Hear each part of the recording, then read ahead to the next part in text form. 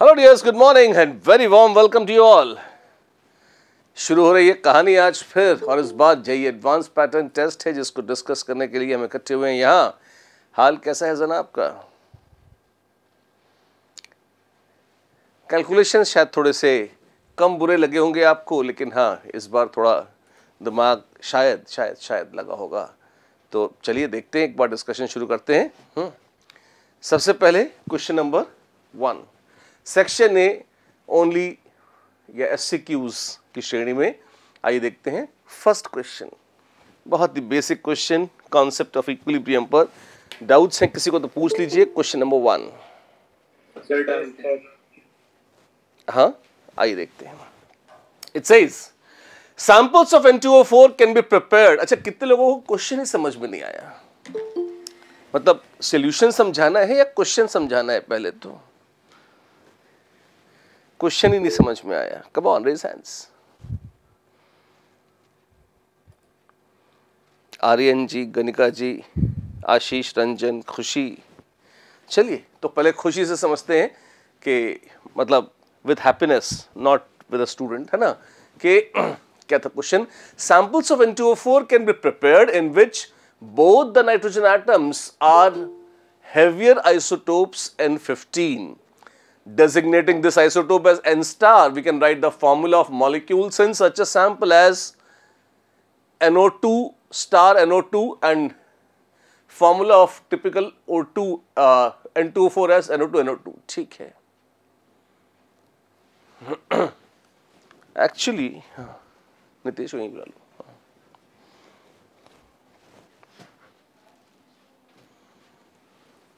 When a tiny quantity of NO2 star N star O2 is introduced in an equilibrium mixture of this and this, N15 immediately becomes distributed amongst both this and this and forms this. This observation proves that. ठीक है। इसको अगर आप साधारण भाषा में देखें तो यहाँ पे कहना क्या चाहते हैं?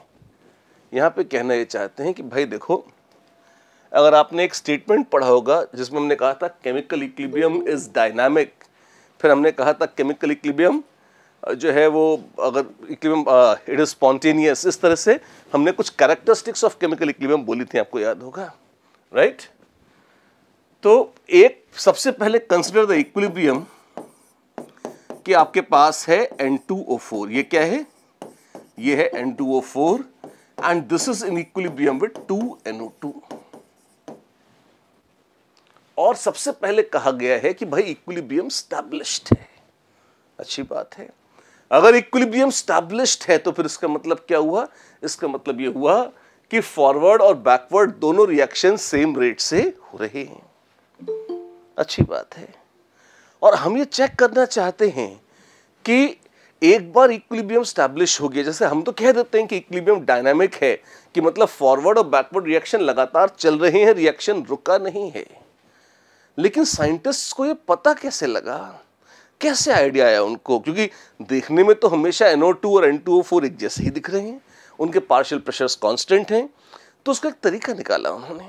क्या तरीका निकाला? उन्होंने कुछ रेडियोएक्टिव नाइट्रोजन ले ली इस तरह से N15, और क्वेश्चन में कहा गया था कि दोनों नाइट्रोजन के एटम्स हेवियर आइसोटोप वाले ले लिए गए। मतलब N को N स्टार मतलब N15 ले लिया गया और उससे N2O4 बनाई।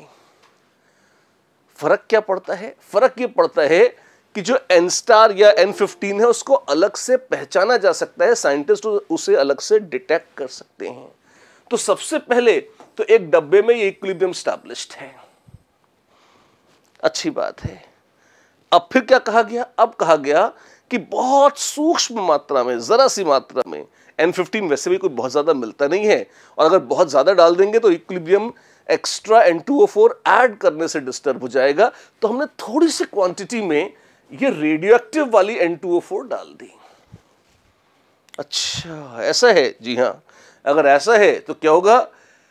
अब अगर इक्विलिब्रियम स्टैटिक था तो उस डब्बे में या तो पहले पुरानी वाली N2O4 थी जो मामूली वाली थी, और या ये डबल रेडियोएक्टिव वाली थी। बस यही दो स्पीशीज रहनी चाहिए और तीसरा और कुछ नहीं होना चाहिए। लेकिन ये देखने में आया कि कुछ देर बाद उस वेसल में एक नए किस्म की N2O4 भी आ गई जिसमें एक रेडियो एक्टिव है और दूसरा नहीं है। Am I losing you? आप ठीक हो? Yes, sir. ठीक है ना? तो अगर इक्विलिब्रियम स्टैटिक होता तो शुरू में ये था और ये था, ये नहीं था, और कुछ वक्त बाद जब देखा गया तो पाया गया कि अब ये भी आ गया है। इक्विलिब्रियम स्टैब्लिश होने के बाद टाइनी अमाउंट इसका डाला गया और देखा गया अब ये भी आ गया है। इसका क्या मतलब है? इसका मतलब यह है कि इक्विलिब्रियम डायनामिक होगा। कुछ इसने डिकम्पोज किया इसमें, कुछ इसने डिकम्पोज किया किसमें?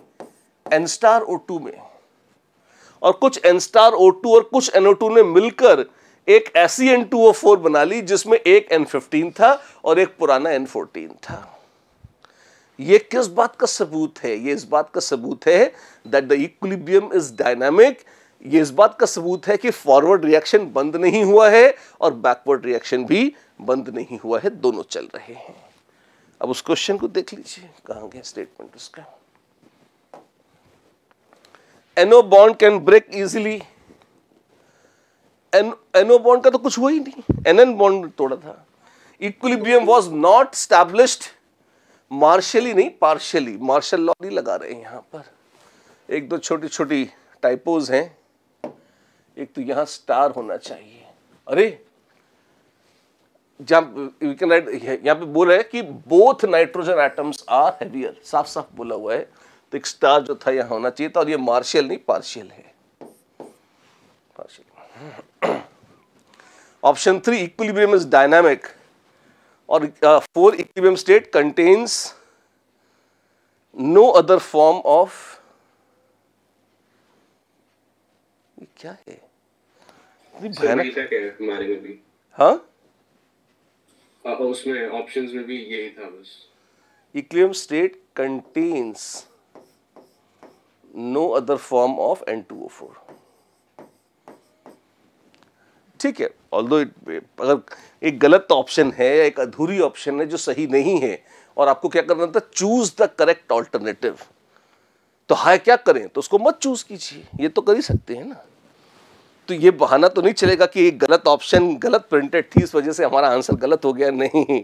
That's a lame excuse. ये बहुत क्लियर है, डायनामिक है इक्विलिब्रियम, ये इससे साबित होता है, ये हम देख सकते हैं। ऑलराइट,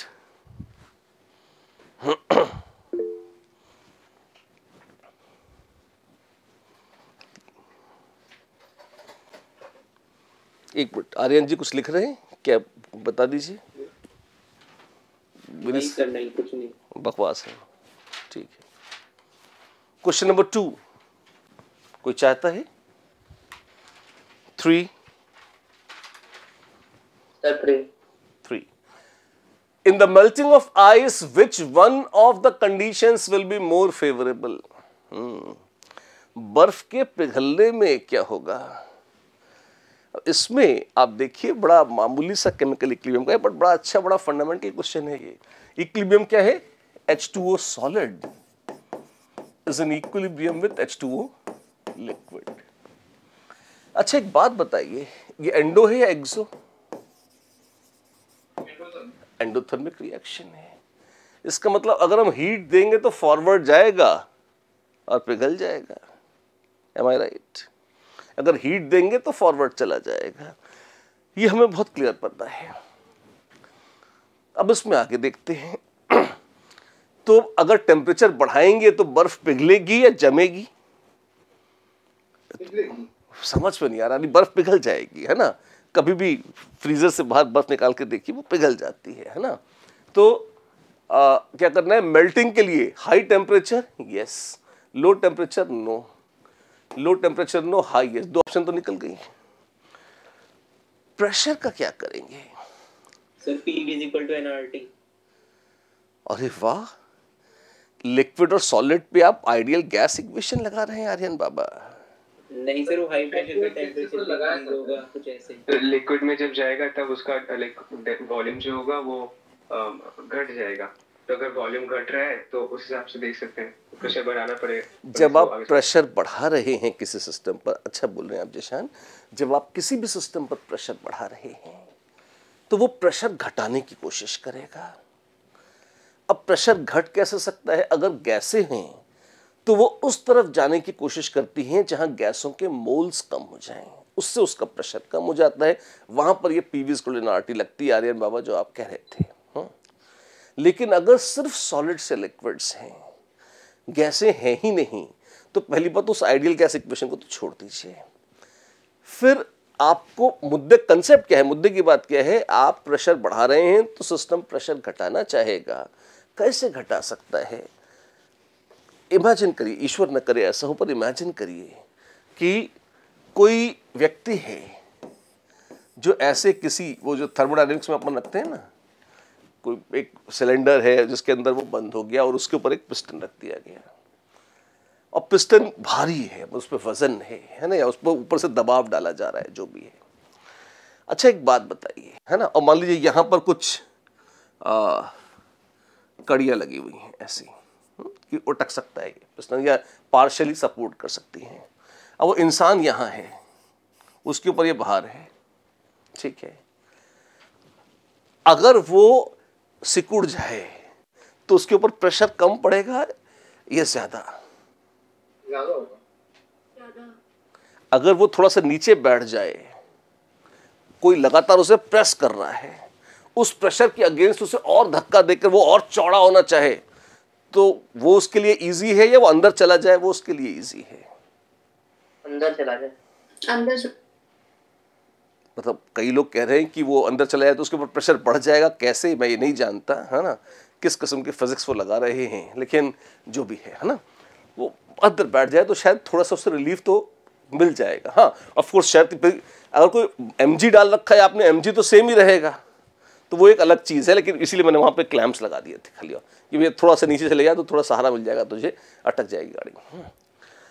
इन जनरल अगर आपके पास बर्फ भरी हुई है, मान लीजिए इस इंसान की बजाय इस चेम्बर में, और उसके ऊपर आपने मान लीजिए कुछ ऐसा कर रखा है, यहां पर आपके पास है आइस, हाउ नाइस,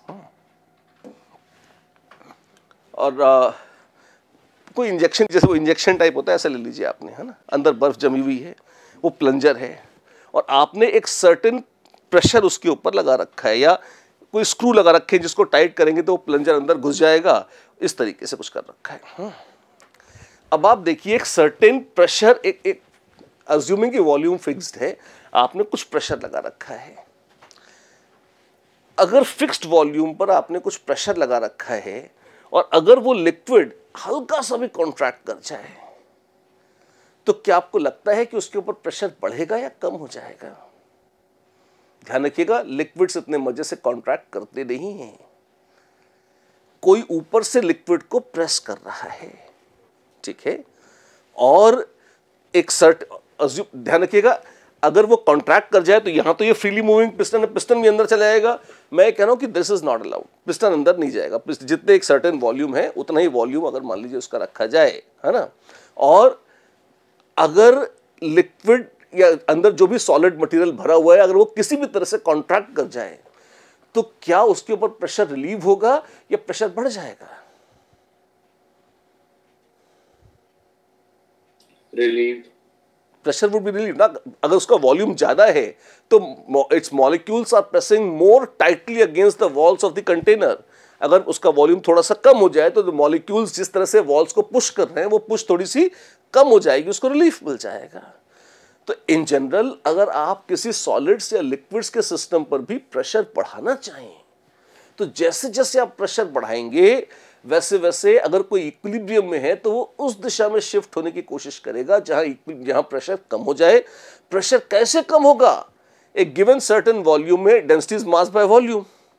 वॉल्यूम अगर सेम है तो अगर कहते हैं मास तो अगर सेम ही है, आप उसे प्रेस कर रहे हैं, है ना, प्रेशर तब रिलीव होगा जब उसका वॉल्यूम कम हो जाए। तो वो हमेशा इक्विलिब्रियम उस तरफ जाने की कोशिश करेगा जहां वॉल्यूम कम हो या जहां डेंसिटी ज्यादा हो। आइस और वाटर में किसकी डेंसिटी ज्यादा होती है, किसका वॉल्यूम कम होता है? पानी। पानी is more dense, ice floats on water, right, है ना। तो आप देख सकते हैं कि बाकायदा आइस की डेंसिटी कम है, वाटर की ज्यादा है। प्रेशर बढ़ाया तो इक्विलिब्रियम उस तरफ शिफ्ट कर जाएगा जहां पर वॉल्यूम घट जाए, उससे I mean this is as per Le शैटले principal. Volume कहां घट रहा है? अगर वो बर्फ पिघल जाए और लिक्विड बन जाए। इसी वजह से लोग स्कीइंग कर पाते हैं। क्यों?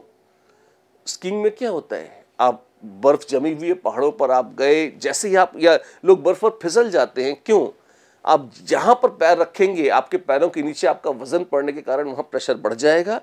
प्रेशर बढ़ा, बर्फ का मेल्टिंग पॉइंट कम हुआ, यानी कि बर्फ पिघल गई, है ना। और जैसे ही बर्फ पिघली पानी बना, पानी से आप स्किड कर जाते हैं तो आप फिसल जाते हैं। स्कीइंग में भी क्या होता है, जहां जहां आपका वजन पड़ता जाता है वहां वहां आपके पैरों तले, लोग कहते हैं पैरों तले जमीन खिसक जाना, ये कहावत है, लेकिन पैरों तले बर्फ तो पिघल ही जाती है बाकायदा, और उसी की वजह से आप फिसलते चले जाते हैं। वो बर्फ का गोला आपने अगर गर्मियों में देखा हो, कई जगह मिलता है ना, कई ठेले वाले घूमते हैं इस तरह के कि वो बर्फ को पहले तो छोटे छोटे पीसेस में काट लेते हैं, उसको ग्रेट कर लेते हैं, और फिर वो जो ग्रेटेड आइस होती है उसको जैसे उठाते हैं and when they press it together वो चिपक जाता है। मतलब when I was a kid I felt it was so cool कि कोई चीज़ है जिसके छोटे छोटे टुकड़े हैं, यू जस्ट प्रेस इट और वो बगैर गोंद के चिपक गई आपस में। क्यों? क्योंकि जैसे आपने प्रेशर लगाया, आइस के क्यूब्स को आप प्रेशर लगाते हो तो आपस में चिपक कैसे जाते हैं? प्रेशर लगाया, जो जॉइंट था वहाँ पे प्रेशर सबसे ज़्यादा पड़ा, प्रेशर पड़ा तो आइस मेल्ट हो गई, बर्फ पिघल गई, तो आपने हाथ हटा लिया, प्रेशर हट गया, बर्फ फिर से जम गई, नाला है, और जब जमी तो मिक्स होने के बाद जमी और वो आपस में चिपक गए। तो बहुत सारे एग्जांपल्स हैं आप कॉमन लाइफ से जिसमें आप देख सकते हो कि अगर आप प्रेशर लगाते हो तो आइस मेल्ट हो जाती है, बर्फ पिघल जाती है। यहां पर भी यही कहानी है, अगर आप प्रेशर लगाएंगे तो बर्फ पिघल जाएगी। तो melting of ice will be favoured at high temperature and again at high pressure. क्या सारे सॉलिड्स के साथ ये सच है? नहीं। गर्म करने पर सॉलिड्स पिघल अवश्य जाते हैं, पर जैसे मान लीजिए आप धरती की बजाय मान लीजिए आप नेपच्यून पे होते हैं, ओ वाह, वहाँ क्या है, फ्रोजन अमोनिया, इस तरह से अमोनिया वहाँ पे जम के बर्फ की तरह हो जाती है। अच्छा, ये तो बहुत ही मस्त है। हाँ जी, तो क्या वहाँ अमोनिया के पर्वत हैं? ऐसा बड़े लोग कहते हैं कि हैं, सच है झूठ मैं तो कभी गया नहीं, तो मुझे आइडिया नहीं, इस जन्म में तो नहीं गया कम से कम, है ना। तो लेकिन फिर उसमें क्या, किस तरह से असेसमेंट करेंगे आप? उसमें फिर ऐसे देख सकते हैं आप कि भाई, अच्छा नहीं असेसमेंट कर रहा हूँ, अब वहाँ पर मान लीजिए आप नेपच्यून पर कॉलोनाइज करने चले गए, आप वहाँ पे घूमने फिरने चले गए, पर आपको लगा बर्फ तो यहाँ भी जमा है, चलो इसके ऊपर स्कीइंग करते हैं। ध्यान रखिएगा, अमोनिया की जो सॉलिड अमोनिया है वो अमोनिया में सिंक कर जाती है, तैरती नहीं है। तो सॉलिड अमोनिया की डेंसिटी ज़्यादा होती है, लिक्विड की कम। तो अगर आप सॉलिड पर खड़े होंगे फिसलने के लिए स्कीइंग पैड्स पहनकर, तो आप देखेंगे ऐसा कुछ भी नहीं होगा जैसे पत्थरों पर आप चाहें कि आप स्कीइंग कर ले और फिसल जाएं और धड़ाम से गिर जाएं, तो उसी टाइप की स्थिति रहेगी। आपको पानी का ही मजा है, ये पानी की जो बर्फ़ है वो पिघल जाती है। हर सॉलिड पर अगर आप प्रेशर लगाएंगे तो वो पिघल जाएगा, ऐसा बिल्कुल भी नहीं है। सिर्फ वो रेयर सॉलिड्स जो फ्रीज करने पर एक्सपैंड करते हैं, they will melt if you apply pressure on them. एक छोटा सा क्वेश्चन पूछ लूं, आपके पास डायमंड और ग्रेफाइट है, डेंसिटी किसकी ज्यादा होती है, डायमंड की या ग्रेफाइट की? डायमंड। हीरे थोड़े बढ़िया होते हैं 3D, और ग्रेफाइट में तो लेयर्स के बीच में गैप काफी होता है, उसको प्रेस करके आप वो सब हटा देते हैं, ठीक है। डायमंड की डेंसिटी ज्यादा होती है। ग्रेफाइट या डायमंड का इक्विलिब्रियम है, मान लीजिए आपने लैब डायमंड्स बनाने का नया बिजनेस शुरू किया है, तो आजकल तो भारत में बहुत चल रहा है, मतलब लोग पसंद कर रहे हैं इस काम को, और बहुत डिफिकल्ट ऐसा लगता भी नहीं लोगों को, लोग आनंद ले रहे हैं इसका, है ना। तो आपने हाई प्रेशर लगाया कार्बन पर और हीरे बना दिए। हो सकता है आप कहें कि हम तो खुद ही एक हीरा है, वो आप जाने, आपका काम जाने, लेकिन जो भी आपने ग्रेफाइट से डायमंड बनाना कोशिश करी। अब ये इस पे प्रेशर हाई चाहिए होता है, लो चाहिए होता है? हाई। आपने सुना भी होगा कि धरती में, अर्थ क्रस्ट में कई किलोमीटर्स नीचे चले जाइए जहाँ प्रेशर्स बहुत ज़्यादा है, टेम्परेचर्स ज़्यादा है, तो वहाँ पर जो है वो ग्रेफाइट पलट के डायमंड बन जाता है। सुना होगा शायद, आप नहीं सुना है तो मुझसे सुन लीजिए, ऐसा होता है। हाई प्रेशर चाहिए होता है। क्यों हाई प्रेशर चाहिए होता है?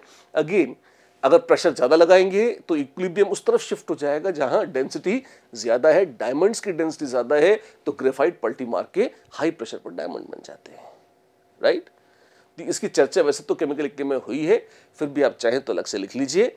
अगर सॉलिड लिक्विड सिस्टम्स हैं, सिर्फ सॉलिड या सिर्फ लिक्विड या दोनों, प्रेशर बढ़ाएंगे तो इक्विलिब्रियम उस तरफ शिफ्ट हो जाएगा जहां डेंसिटी ज़्यादा होगी या वॉल्यूम कम होगा, ठीक। वहां आइडियल गैस इक्वेशन मत लगा दीजिएगा। आगे बढ़ जाए। अच्छा कंसेप्ट है, इजी कॉन्सेप्ट है और ये आ सकता है जेई में, इसलिए ध्यान दीजिए इस पर। क्वेश्चन नंबर 4, कल बड़ा हाहाकार मचाया था आपने किसमें, वॉन टॉफ्स इक्वेशन में। ये हो गया आपसे? Yes sir. 5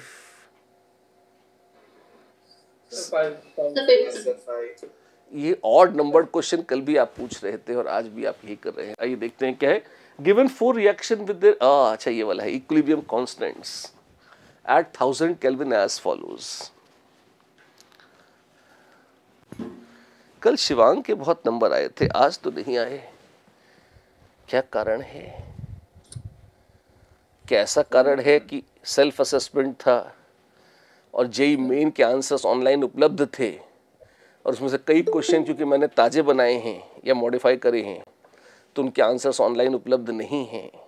क्या ये कारण है या सिंपली एडवांस का पैटर्न ही थोड़ा गंदा है? Shivang sir. Yes sir 9 questions I got right, rest I lost due to negative marks. चलो लेट्स सी। हाँ जी, बेहतरीन question. Given 4 reactions with the equilibrium constants at 1000 kelvin as follows. MgCO3 टकाटक MgO, magnesium oxalate, barium carbonate, barium oxalate, 4 equilibrium constants दे रखे हैं।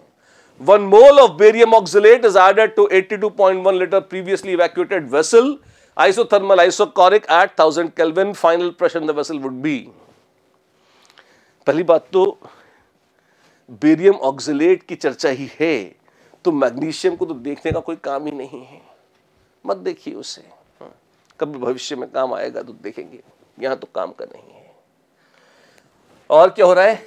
ये एक डब्बा है, आपकी बात नहीं, डब्बे की बात हो रही है। और यहां पर है 1 मोल ऑफ बेरियम ऑक्सलेट। अब बेरियम ऑक्सलेट अगर डिकम्पोज करेगा तो क्या करेगा? बेरियम ऑक्साइड बनाएगा, CO बनाएगा और CO2 बनाएगा। अच्छा, पहले से इवैक्यूएटेड था और कुछ नहीं है, और कुछ भी नहीं है। अगर और कुछ भी नहीं है तो डिसोसिएशन होगा, CO का प्रेशर आएगा P तो CO2 का भी प्रेशर आएगा P। मानते हैं? और मान लीजिए इक्विलिब्रियम आ गया, मान लीजिए अगर ऐसा आ गया तो इक्विलिब्रियम पर इसका प्रेशर PEQ और this is equal to equilibrium pressure का square. Therefore equilibrium pressure is 1 atmosphere. तो यानी कि 1 एटमॉस्फेयर पर हो जाने चाहिए CO और CO2। इतना टफ क्वेश्चन ना करा, नहीं टफ कुछ भी नहीं है इसमें, यहां तक तो बहुत इजी है। हाँ या नहीं रिपीट कराना है तो अभी करा लो, अंत में मत बोलना। इसमें कह दो गलत आंसर गिवन है क्वेश्चन में, आंसर गलत गिवन। जहां तक समझ में आया आर्यन बाबू। Yes sir, yes. अब यहां की बात करिए, अभी फाइल सेव कर रहे हैं बीच में। अब अगर इक्विलिब्रियम प्रेशर 1 एटमॉस्फेयर है, अच्छा यहां पर इसका मतलब अच्छा कितने, लेकिन हमने कहा था मान लो यदि इक्विलिब्रियम स्टैब्लिश हो गया, ऐसी कंडीशन में हमारे पास 1 एटमॉस्फेयर पर ही आ जाएंगे, ठीक। और क्या बेरियम ऑक्सलेट इतना है, चेक कर लेते हैं। मोल्स ऑफ CO कितने आ जाएंगे? N is 1 PV/RT। 1 mole barium oxalate अगर 100% भी डिकम्पोज हो जाए तो वो 1 मोल ही CO देगा। तो मैं तो कह रहा हूं 1 एटमॉस्फेयर CO का पार्शियल प्रेशर लाने के लिए या CO2 का पार्शियल प्रेशर लाने के लिए कितने मोल्स चाहिए? 1 × 82.1 लीटर। R कितना है? 0.0821 लीटर एटमॉस्फेयर पर मोल केल्विन। आपने कहा था ना आर की कौन सी वैल्यू रखे हैं, यहाँ लीटर यहाँ एटमॉस्फेयर है तो काटने के लिए ये रख लीजिए, और 1000 केल्विन। कितना आएगा? 1 2 3, अरे वाह 1 मोल आ गया। गणित ठीक है हमारी, देख लो, चेक कर लो। तो एक गणित में गैस कौन है और सॉलिड कौन है वो एक बार बता दीजिए, मर जावा। कंफ्यूजन हो जा रही है। शौर्य आप इतने खतरनाक हो चुके हैं, मुझे नहीं पता था। सर यूनिट्स से समझ क्या यूनिट्स नहीं समझ में आई? यूनिट से समझ में आता है, केपी पे यूनिट। हाँ, एक तो बड़ा अच्छा उत्तर है कि केपी की यूनिट से भी आप गैस कर सकते हैं, और नहीं तो अच्छा एक बात बताइए, कभी कोई कार्बोनेट आपने अपने जीवन में देखा या सुना है? कोई भी कार्बोनेट? हाँ, कौन सा? Calcium carbonate. कैल्शियम कार्बोनेट कहाँ देखा या सुना है? सुना तो चलो केमिस्ट्री क्लास में होगा, देखा कहाँ है? लाइमस्टोन। लाइमस्टोन या मार्बल जो होता है जमीन पे लोग लगाते हैं, तो उसे लोग सूंघते हैं या उसके फ्लोर बनाते हैं सॉलिड? फ्लोर बनाते हैं। सूंघते तो नहीं ही है उसे, मतलब गैस के तौर पर उसे इनहेल तो नहीं किया जा सकता, राइट है ना, कैल्शियम कार्बोनेट को। आप मानते हैं? Yes sir. ठीक है। अच्छा, कैल्शियम का के खानदान में और कौन कौन है? प्रश्न ये है कि सॉलिड लिक्विड गैस कौन है ये पता नहीं चल रहा, तो मैं आपको जो आपको खुद ही नॉलेज है उसी से आपकी हेल्प करने की कोशिश कर रहा हूं कि आप फिगर आउट कर लें कि इसमें कैसे मतलब पता लगेगा, है ना। अच्छा, कैल्शियम ऑक्साइड सुना है आपने, क्या होता है? रेड कलर की सॉलिड होती है। कैल्शियम ऑक्साइड लाइम होता है, चूना। लोग पता नहीं, आप शौर्य आप कहाँ से हैं? आप दक्षिण से हैं, उत्तर से हैं, पूर्व पश्चिम, कहाँ से हैं भारत में? North sir, UP. अरे गजब, है ना, यूपी से है तो फिर बहुत ही बढ़िया है ना। तो आपने देखा होगा लोग खैनी खाते हैं, वो तंबाकू डालते हैं और उसमें कुछ चीज़ मिलाते हैं और उसको ऐसे हाथ से कुछ रगड़ते हैं और टक टक करके फिर खा जाते हैं। Have you ever witnessed? अगर आप उत्तर प्रदेश है तो आपने ऐसा हो ही नहीं सकता कि ना देखा हो, तो आप झूठ नहीं बोल सकते। देखें सर, देखें। गुड, है ना। मुझे उम्मीद है खाते आप नहीं होंगे, लेकिन देखा तो कम से कम होगा आपने, है ना। तो अब आप एक बात बताइए मुझे, है ना, कि अच्छा मैं भी उत्तर प्रदेश से हूँ, है ना, तो ये तो बहुत कॉमन से फिनोमेना है। अब इसमें आप देखें कि जो चूना मिलाते हैं, चूना ही मिलाते हैं ना, उसमें क्या मिलाते हैं? हाँ सर, सुना होगा ना, चूना क्या होता है केमिकली? सर सफेद सा पाउडर होता है, कैल्शियम ऑक्साइड। कैल्शियम ऑक्साइड होता है चूना, या वो तो मिक्स कर कैल्शियम हाइड्रोक्साइड करते हैं। कैल्शियम ऑक्साइड मिलाएंगे तो हाथ वाथ जल जाएंगे उनका हालत खराब हो जाएगी, है ना। लेकिन जो भी है, कैल्शियम ऑक्साइड, कैल्शियम हाइड्रोक्साइड एक बहुत कॉमन कंपाउंड है जो खूब मिलता है चूना, और शायद आपने देखा होगा कि अगेन वो सॉलिड ही होता है, वो लिक्विड या गैस नहीं होता। Yes sir. ठीक, तो कैल्शियम कार्बोनेट और कैल्शियम ऑक्साइड ये दो आइटम तो ऐसे हैं, इवन कैल्शियम हाइड्रोक्साइड जो सॉलिड है, और कैल्शियम के खानदान में है मैग्नीशियम और बेरियम, मिलते जुलते ही हैं, कोई विशेष अंतर नहीं है। और सबसे बड़ी बात है आयनिक कंपाउंड्स हैं। आयनिक कंपाउंड्स गैसियस कभी नहीं होते, वो लिक्विड भी नहीं मिलेंगे आपको अनलेस आपने कोई ज्वालामुखी में फेंक दिया उन्हें या कुछ ऐसा बहुत भयंकर कर्म कर दिया, तो अलग बात है, otherwise they will always be solid. तो जितने भी कार्बोनेट्स आपके पास है, all carbonates are solid, all metal carbonates are solids, all metal oxides in which oxidation state of metal is 1, 2 or 3, they are always solids। मतलब बहुत rarest of rare एक दो मेटल ऑक्साइड्स मैं सोच पा रहा हूँ जो लिक्विड्स होते हैं, जैसे Mn2O7 वगैरह, पर बहुत रेयर है, और प्लस उसमें +7 में चला जाता है मेटल, है ना। अदरवाइज जितने आप वो दिखेगा भी नहीं आपको जितने दिखेंगे वो सबके सब सॉलिड होंगे। तो ये कार्बोनेट्स और मेटल के कार्बोनेट्स, मेटल के ऑक्साइड सारे सॉलिड हैं। अच्छा, फिर आपने ये भी सुना होगा कि हम लोग सांस लेते हैं सुना क्या होगा, महसूस ही कर सकते हो, सांस तो ले ही रहा है इंसान, है ना। लेकिन ये छोटे बच्चों को भी पढ़ाया जाता है कि जब सांस लेते हैं तो कौन सी गैस अंदर जाती है और कौन सी गैस शरीर छोड़ता है। Yes sir. कौन सी गैस होती है वो? ऑक्सीजन अंदर आती है और कार्बन डाइऑक्साइड बाहर। गुड। तो जब कार्बन डाइऑक्साइड बाहर निकलती है तो क्या आपको लगता है कि लोगों की नाक से कोई लिक्विड टपक रहा है या कोई सॉलिड के पार्टिकल झड़ रहे हैं, कभी ऐसा देखा है आपने? मतलब किसी को जुकाम हो जाए और बहुत ही घृणित किस्म का जुकाम हो जाए तो मैं नहीं जानता, लेकिन नॉर्मल सर्कमस्टांसेस में तो नहीं होता है ऐसा, राइट? यस तो CO2 आपको क्या लगती है, सॉलिड, लिक्विड या गैस? Gas gas. अच्छा, CO2 गैस है तो उसका छोटा भाई CO कैसा होगा? गैस ही होगा। तो मेरे बच्चे CO और CO2 तो गैस हो गए, और मेटल के कार्बोनेट्स और ऑक्साइड सॉलिड हो गए। एक तो यही है, और एक जैसा आपके ही साथ में कोई दूसरे सज्जन सजेस्ट कर देते KP की यूनिट्स देख लीजिए, उससे भी तुक्का मार सकते हैं।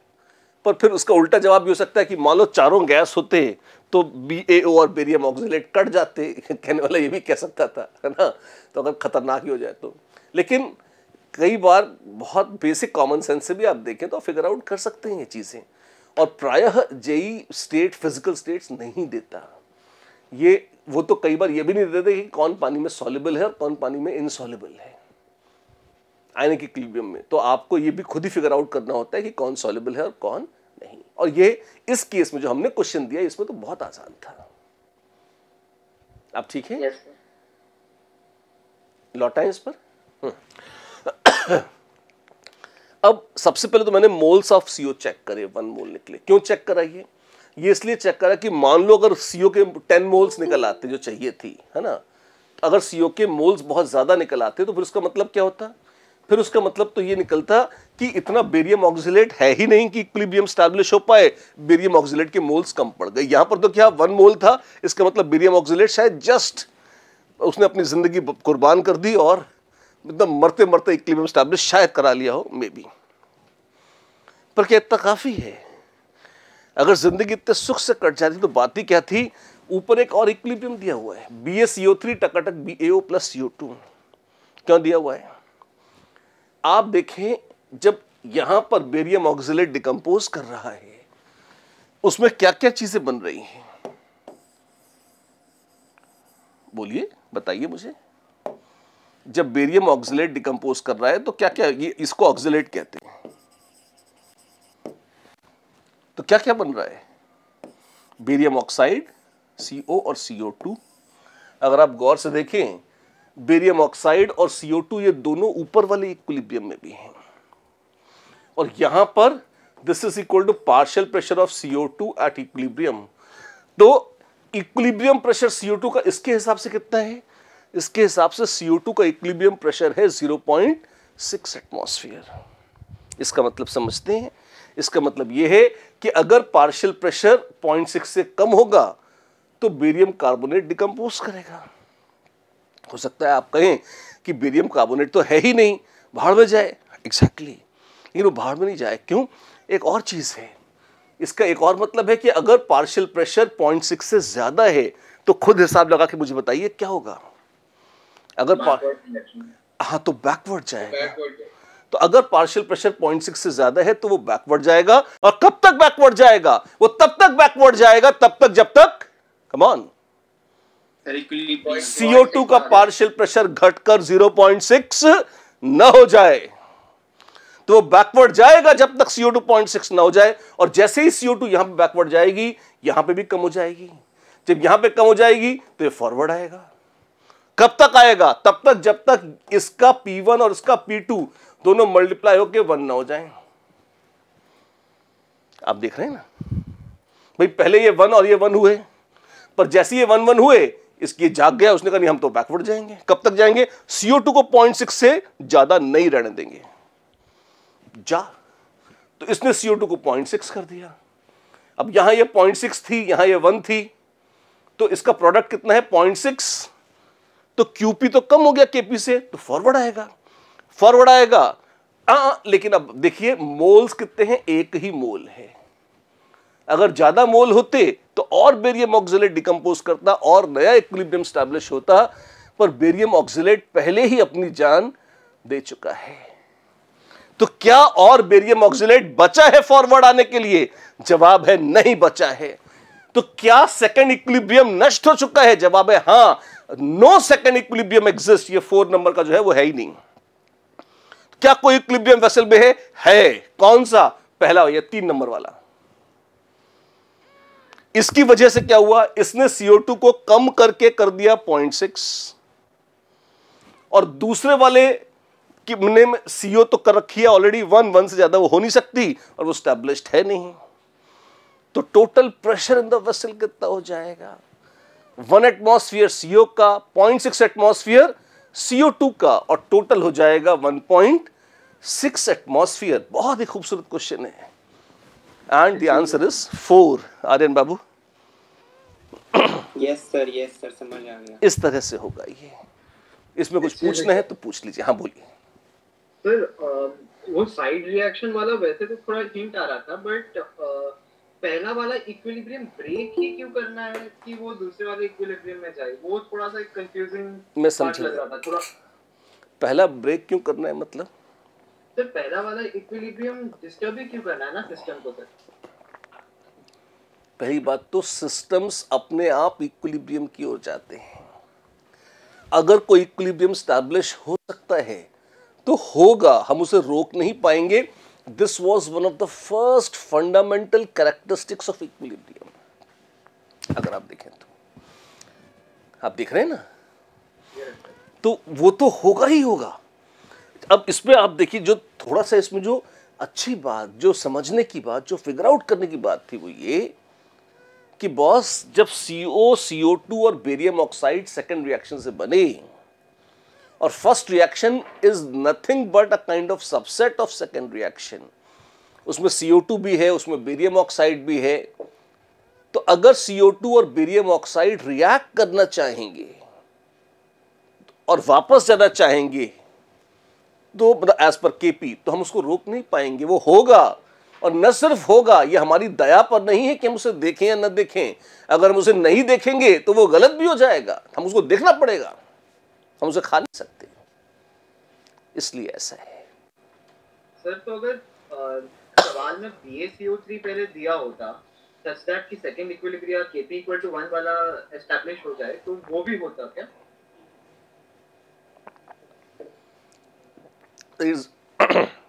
Excuse me, it's very much possible, है ना। तो ये इसमें बहुत सारे परम्यूटेशन कॉम्बिनेशन हो सकते हैं। 2-3 वेरिएशन तो शायद इस पेपर में हमने डिस्कस करे। Excuse me. हाँ, पर यहाँ तो अभी ये इतना है ना। यहाँ तक कोई डाउट हो तो पूछ लीजिए, कुछ रिपीट कराना हो तो करा लीजिए। साइमल्टेनियस इक्विलिब्रियम का बहुत अच्छा क्वेश्चन है ये, जिसमें आप देखिए सिर्फ कंसेप्ट ही कंसेप्ट है, ना कोई खास कैलकुलेशंस हैं, ना कोई बहुत भारी उछल कूद है, ना कोई डेरिवेशन है। बस मेन क्या, दिमाग लगाना है और सॉल्व करना है। हाँ, बुरा यही है और अच्छा भी यही है। कितनों ने इसे सही किया?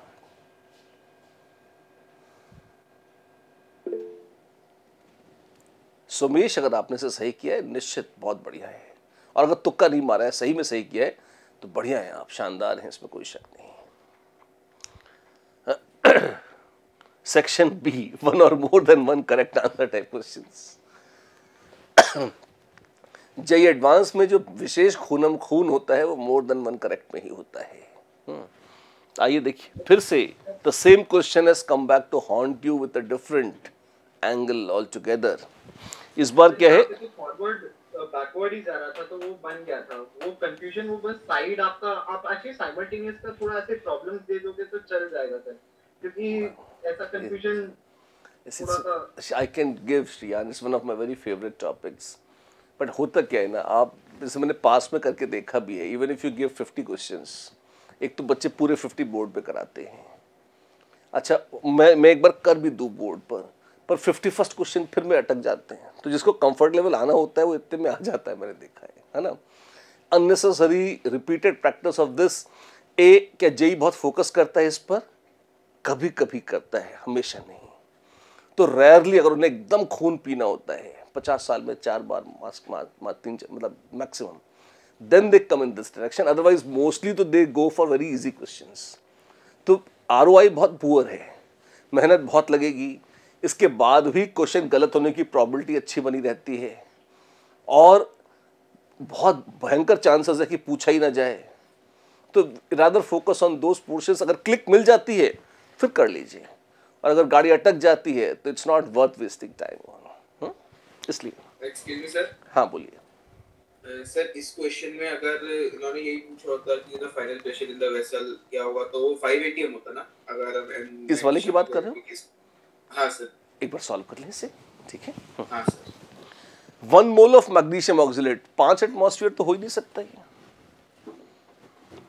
5 कैसे होगा? अच्छा नहीं सॉरी, मैग्नीशियम, क्योंकि 1 मोल मैग्नीशियम ऑक्सलेट ज्यादा से ज्यादा कर सकता था कि जान दे दे 100% डिकम्पोज हो जाए। अगर 100% डिकम्पोज हो जाता तो अभी हमने कैलकुलेशन भी किया है 1 मोल ऑफ CO या 1 मोल ऑफ CO2 का प्रेशर कितना है? 1 एटमॉस्फेयर, राइट। इसका तो इक्विलिब्रियम आ रहा है किस पर? इस पे P इक्विलिब्रियम,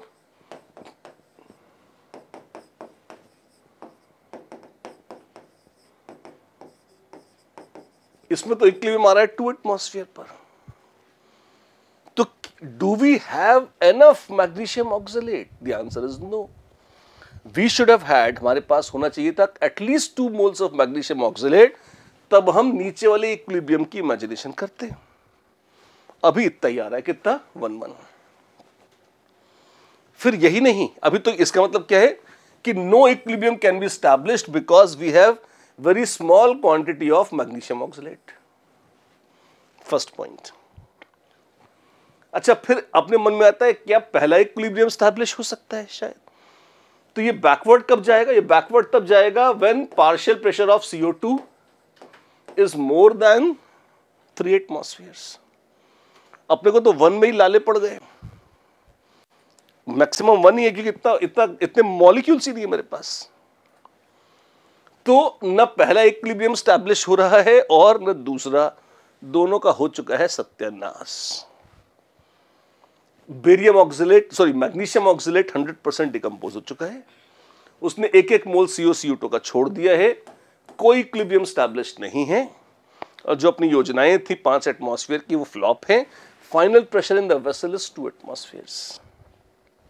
ओके सर। तो the species that could exist in the vessel finally would be MgCO3 ना, MgO yes, ये बन रहा है MgO, ऑक्सलेट ना, CO2 yes, 2 3 4 नहीं, 3 is not there, ऑक्सलेट खत्म हो चुका है, मौत आ सर चुकी है। एक्चुअली बैकवर्ड रिएक्शन शुरू हो जाएगा ना सर। कैसे? CO2 थोड़ा हो जाएगा तो Kp 1/Kp2 is 1.25, तो 1 एक मिनट 0.5 मुझे ज्ञान मिल रहा है, कहाँ से कैसे बताओ। सर जब CO and CO2 1 atm each हो जाएगा, हाँ। we find that equilibrium is not established. yes very much। Reaction backward जाने की ट्राई करेगा तब वो इक्विलिब्रियम एस्टैब्लिश कर पाएगा when it start going the other way around, and उससे वैल्यू सैटिस्फाई भी हो रहा है। कैसे हो रहा था? एक सेकंड तक कैलकुलेशन किया हुआ है। मैं एक छोटा सा कैलकुलेशन चाहिए आपको करके बताऊं। Assume 1 mole of magnesium oxalate decomposes completely. Maximum यही हो सकता है, ज्यादा कुछ हो नहीं सकता।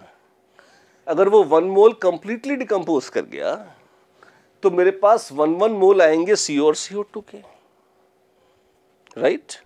और अगर मेरे पास 1 मोल आएंगे CO और CO2 के और उसका प्रेशर अभी हमने कैलकुलेट किया था, आई होप वो सही था, गलत नहीं था, तो 1 एटमॉस्फेयर प्रेशर हो जाएगा।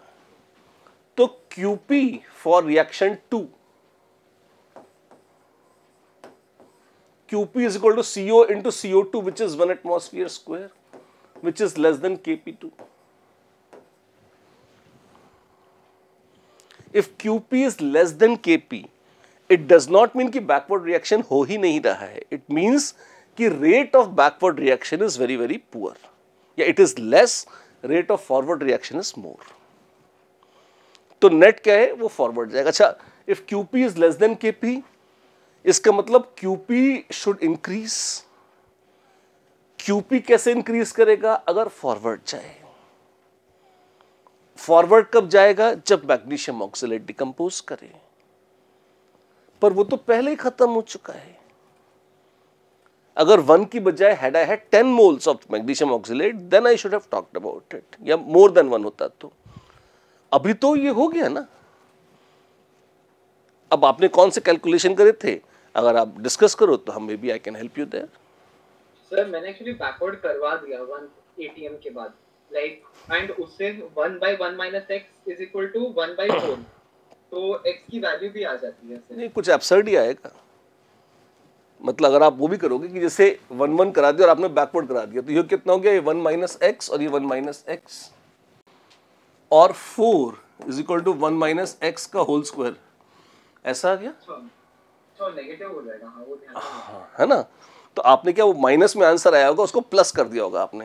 हाँ यस सर। तो बच्चे अक्सर ये करते हैं कि अगर कोई आंसर अनकंफर्टेबल आ जाए, नेगेटिव आ जाए, जो नहीं आना चाहिए, तो खट से उसको प्लस कर देते हैं और खुश हो जाते हैं। नहीं, ये नहीं करना है आपको, है ना, वो एब्सर्ड है वो।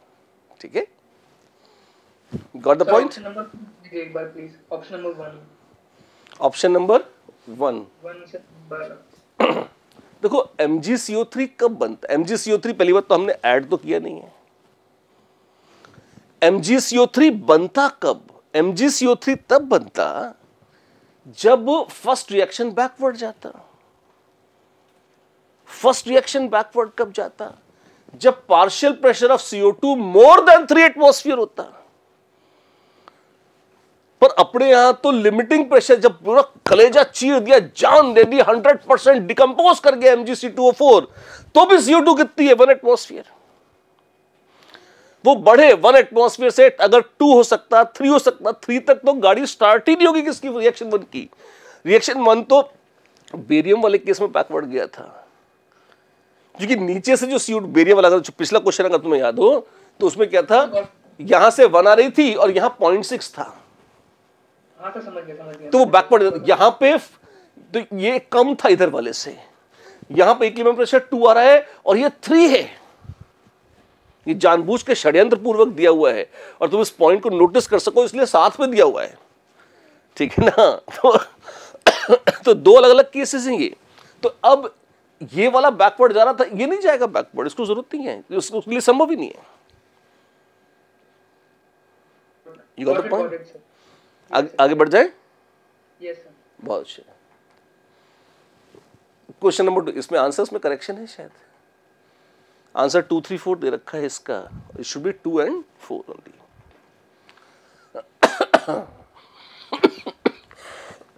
Sorry, excuse me. Question number 2। Yes sir, doubt 2 एक बहुत रूटीन क्वेश्चन है, बहुत मतलब आई वुड नॉट से टफ है, लेकिन फिर भी थोड़ा एफर्ट तो लगता है। बोल रखा है N2O5 दे रही है 2NO2 + ½ O2, molar mass of N2O5 is capital M, D is vapour density of equilibrium mixture, P0 is initial pressure of N2O5। अच्छा, क्या हो रहा है? N2O5 दे रही है 2NO2 + ½ O2, P0 1 - alpha, P0 α/2 P।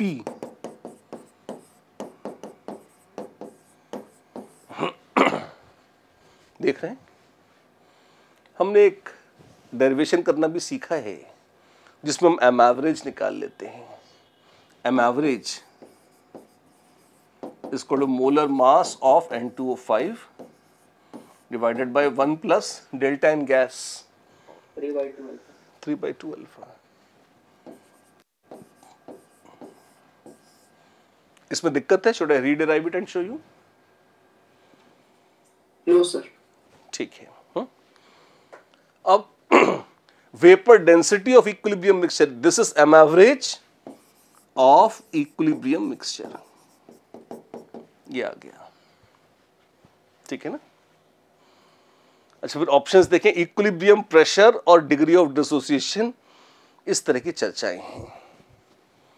तो पहले तो इक्विलिब्रियम प्रेशर P निकालें। P कितना है? P0 1 + 3/2 अल्फा, और 1 + 3/2 अल्फा, हाउ स्वीट, ये कैसा है? अच्छा, M average of equilibrium mixture is 2D, vapour density capital D, तो M average is 2 times vapour density 2D।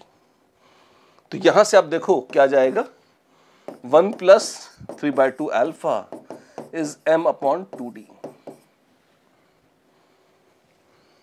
Neat and clean. देख रहे हो?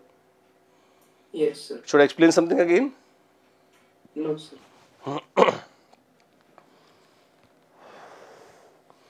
तो इस चीज को यहां से सब्स्टिट्यूट कर दो।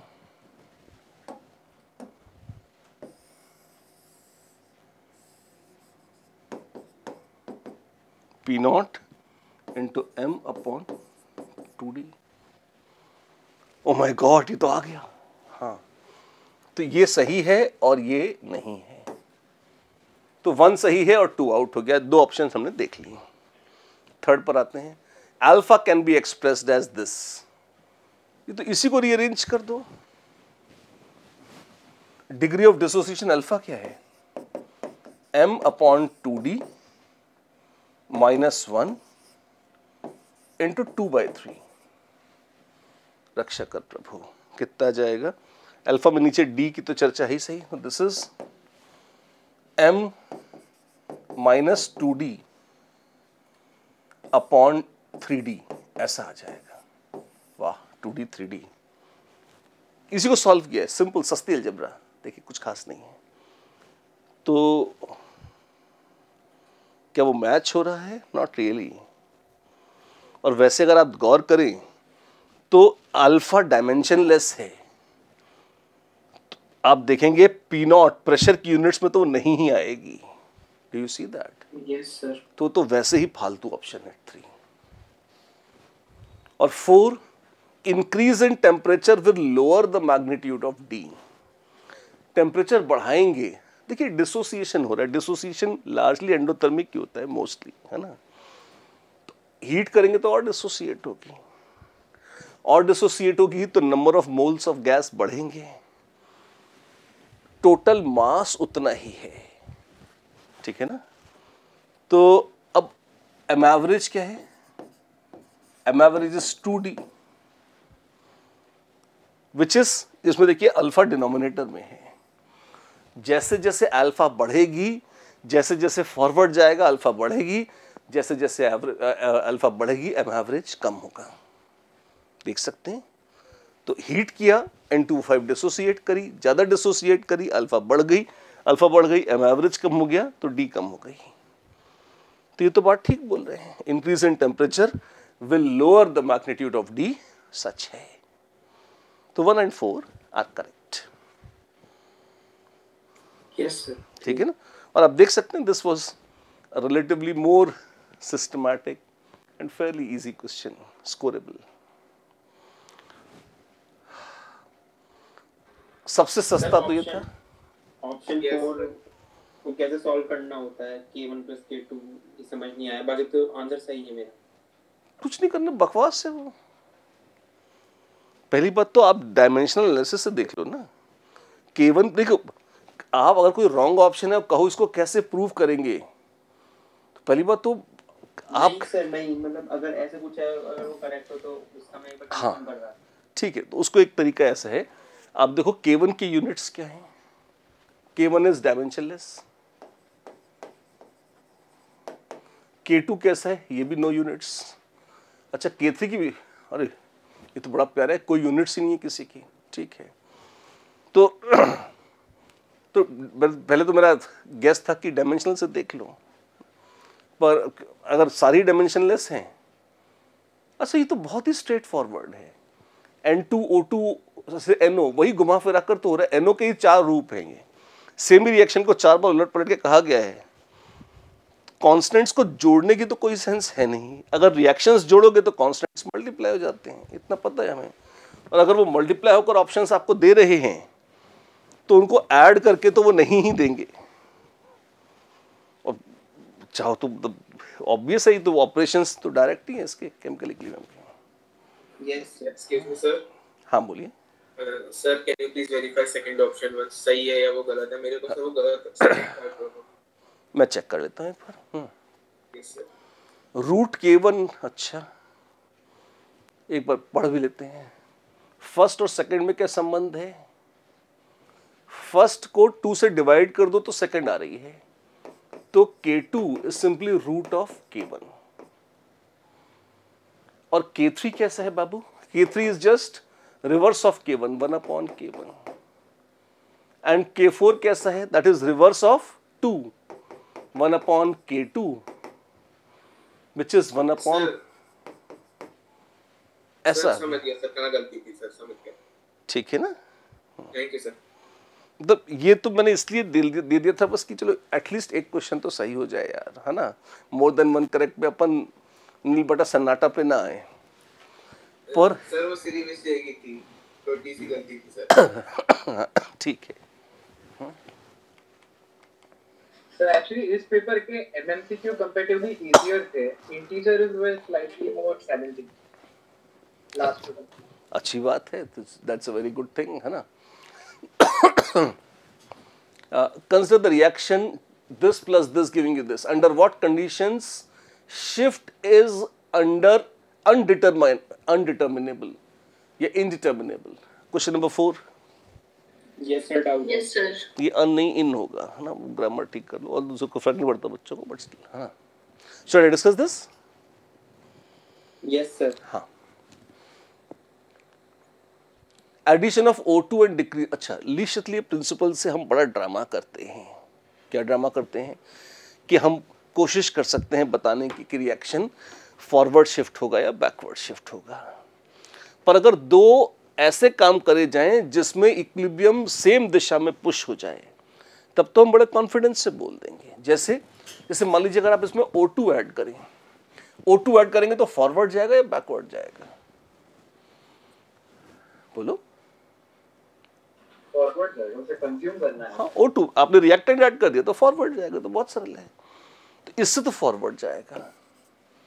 और वॉल्यूम घटा दिया, जब वॉल्यूम घटाएंगे तो इक्विलिब्रियम उस दिशा में शिफ्ट होगा जहां गैसों के मोल कम हैं। यहां पे 2 + 1 3 है, यहां 2 है, तो इससे भी फॉरवर्ड जाएगा। अच्छा, तो क्या हम डायरेक्शन ऑफ शिफ्ट बता सकते हैं? हाँ, बता सकते हैं, फॉरवर्ड जाएगा। तो 1 तो हमको तो कहा था कि जो डिटरमाइन ना हो सके, एक तो डायरेक्शन ऑफ शिफ्ट आएगा ना कि शिफ्ट, है ना, तो ऐसा। फिर सेकंड को देखें, addition of CO and removal of CO2 at constant volume. CO add कर दिया तो फॉरवर्ड जाएगा, CO2 हटा ली उससे भी फॉरवर्ड जाएगा। धत्तरी, ये तो बहुत साफ साफ फॉरवर्ड ही फॉरवर्ड जा रहा है, तो ये भी आंसर नहीं है। इंक्रीज इन टेम्परेचर, कैसे हीट देके टेम्परेचर बढ़ाओ तो बैकवर्ड जाएगा। And decrease in volume, decrease in volume से जहां मोल कम हो फॉरवर्ड आएगा। ये ऑपोजिट हो गए, एक ने कहा बैकवर्ड जा, एक ने कहा फॉरवर्ड जा। अब स्यापा ये है कितना बैकवर्ड और कितना फॉरवर्ड, इसका कोई हिसाब किताब तो दिया नहीं है। तो क्या हम कॉन्फिडेंस से कह सकते हैं कि इसी दिशा में शिफ्ट होगा, बैकवर्ड या फॉरवर्ड?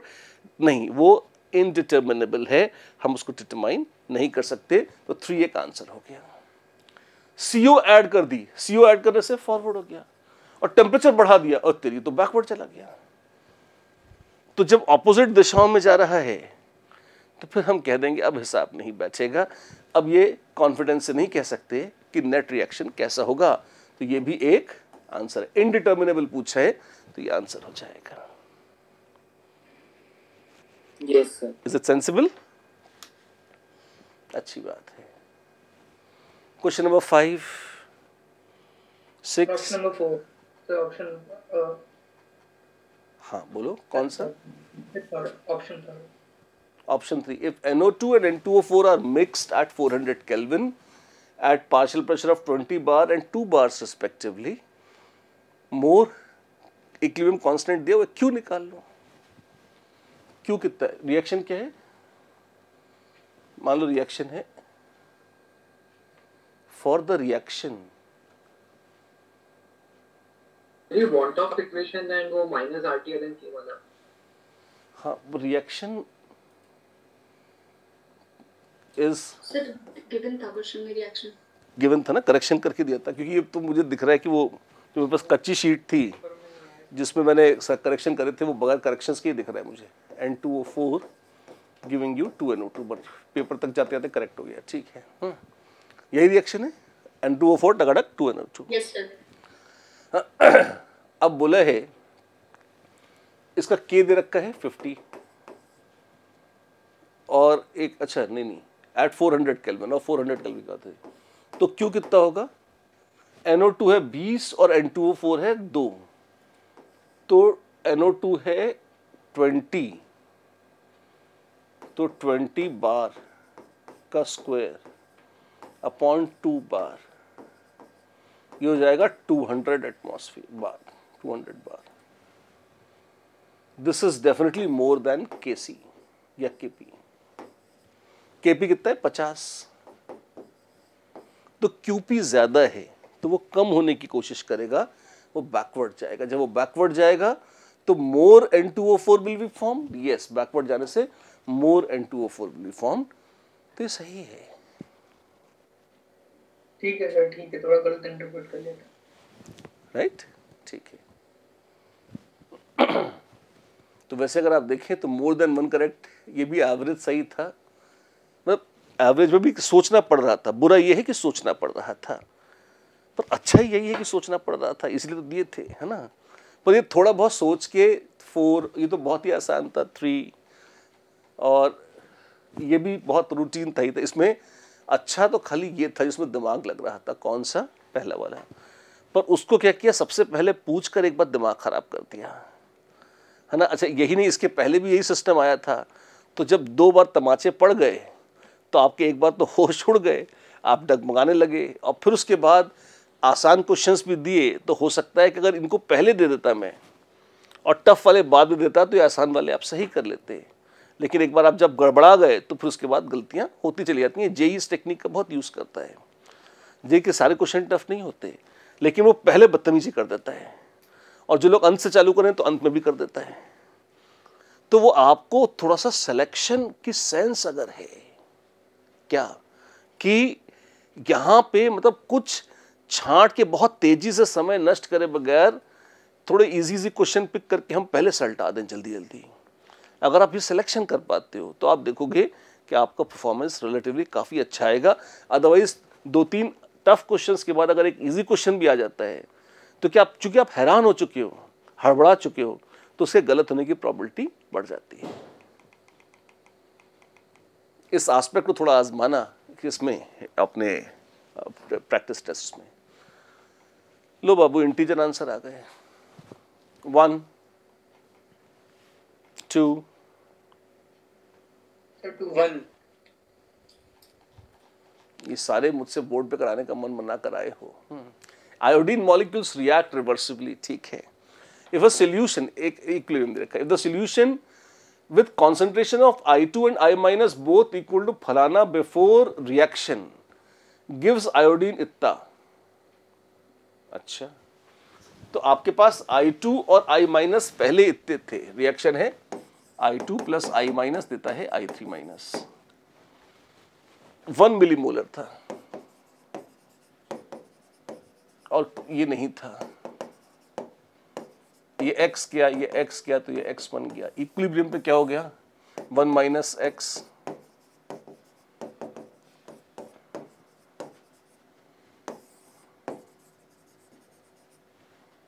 और दे रखा है ये हो गया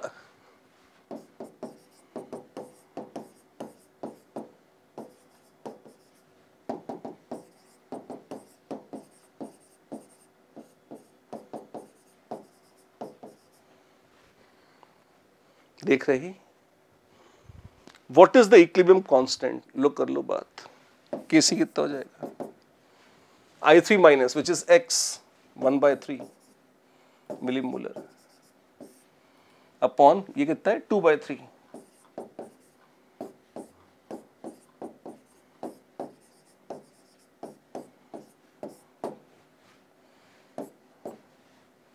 ये कितना हो जाएगा? 3/4 into 10⁻³ molar.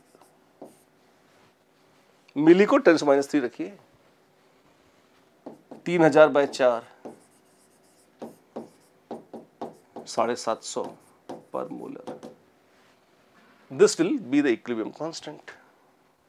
Excuse me sir. हाँ बोलिए सर, आंसर में एक्चुअली 751 और थोड़ा एक्यूरेट आता है, 750.7 आता है at the end of calculation. J advanced है ना। हाँ, तो दोनों रेंज मांग करके ही देगा ना वो। वो चेक कर रेंज मान्य होनी चाहिए, है ना।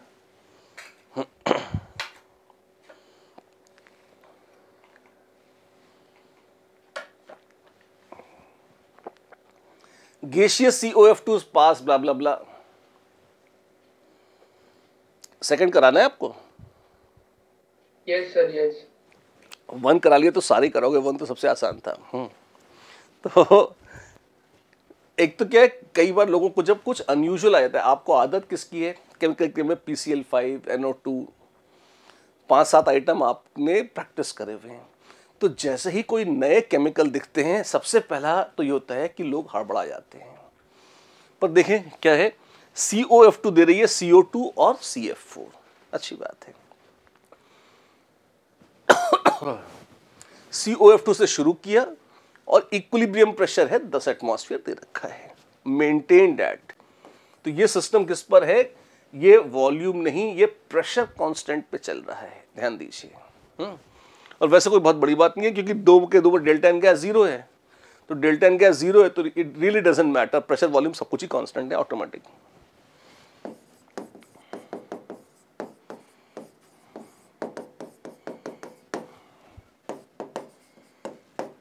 A sample of equilibrium mixture is quickly cooled, okay, which stops any shift in concentration. अब ये देखो, ये क्या है, ये बदतमीजी करने के तरीके हैं। अगर आपको बच्चों को हैरान करना है और डराना है तो आप एक नए केमिकल इक्वेशन को उठाइए और उसका वर्णन चालू कर दीजिए, फालतू की बातें कि ये एर्लेनमेयर फ्लास्क्स हैं, ये चिचिबाबिन रिएक्शन है, कुछ भी नाम दे दीजिए, उसके अपरेटस के नाम दे दीजिए, एक प्रोसेस का वर्णन करना शुरू कर दीजिए। मैं ये नहीं कहता कि उसका महत्व बिल्कुल शून्य है, जैसे यहाँ पर साफ साफ अगर बोल रखा है कि मतलब अगर कूल किया तो इक्विलिब्रियम शिफ्ट मत कर देना, जल्दी से कूल किया तो इतने मोल है, शिफ्ट नहीं हुआ है। और फिर क्या किया है, and the analysis shows that out of 500 cc of mixture 300 cc of ये गैस है, ठीक है। तो टोटल वॉल्यूम अगर 500 ml था तो COF2 और CO2 मिलाकर कितना है, 300 ml। तो बच क्या गया, डायमंड्स बच गए, हाँ कि नहीं, जल्दी बोलो। नहीं, गनीमत है, सुन रहे हो, सो नहीं रहे हो, है ना। तो इनके अलावा बच गया CF4, टोटल 500 है, ये दोनों मिला के 300 है, तो बच गया CF4। CF4 कितना है, 200 ml है। और जितनी बनी है CF4 उतनी बनी है CO2, तो बाबू CO2 कितनी है, वो भी 200 ml है, और टोटल मिला के 300 थी, तो ये कितनी बच गई, 100 ml। This is at equilibrium, हाँ या नहीं? Yes sir yes. अब फिर उसके बाद का जो सेंटेंस है वो सिर्फ बदतमीजी के लिए दिया हुआ है। This is done by passing the mixture through barium hydroxide which absorbs फलाना एंड ढिकाना बट नॉट दिस। अब तुमने उसे कैसे नापा है, this is none of my business. एक केमिस्ट्री के विद्यार्थी को मनोरंजन की दृष्टि से और ज्ञान की दृष्टि से इसे पढ़ने में आनंद आ सकता है, पर इसका पूरे क्वेश्चन से कोई लेना देना नहीं है। ये सिर्फ क्वेश्चन की लेंथ बढ़ा देता है। अगर इतना ही क्वेश्चन यहाँ तक 2.5 लाइन का होता तो भयानक न दिखता। अब चूंकि वो 5.5 लाइन का हो गया है तो उसमें ग्लैमर आ गया है ना, इतना ही है ना। ये सिर्फ आपको हैरान करने के लिए है। काम की बात यहाँ पे खत्म हो चुकी है। उसमें भी एक आध सेंटेंस छोड़ देते तो भी चल जाता है। अरे क्या ये हो गया? एक्चुअली मैंने क्वेश्चन देखा सर, और फिर उसके बाद लास्ट वाली लाइन पे ध्यान गया, तो वहाँ पे वो मिक्सचर में वो एब्जॉर्ब कर रहा है, ये कर रहा है, तो वो देख के मैंने फिर अच्छा, volume fraction is V upon V total and which is equal to mole fraction. गैसों के लिए volume fraction is same as mole fraction. तो दिस इज कितना, मोल फ्रैक्शन हो गया 2/5, 2/5, 1/5। और टोटल प्रेशर कितना है बाबू, 10 एटमॉस्फेयर्स। और mole fraction into total pressure, और ये सॉल्व ना हो जाए कहीं, हो रहा है, हो गया है इनफैक्ट। अगर आप देखें सर, पर डेल्टा एन जी 0 है तो उतना भी करने की जरूरत नहीं। कर लें। ये क्या बहुत स्ट्रक्चर्ड मेथड है। यहाँ तो डेल्टा एन गैस 0 था, किसी में नहीं होता फिर फंसते, है ना। तो यहाँ तो आप वॉल्यूम फ्रैक्शन को प्रेशर फ्रैक्शन भी बोल सकते थे, लेकिन अपन बचेंगे, है ना। घूम फिर के बात वहीं आएगी। दिस इनटू पी टोटल, ये हो गए पार्शियल प्रेशर और पी टोटल है 10 एटमॉस्फेयर। तो ये 2, ये 4 और ये 4। तो क्या है विचार?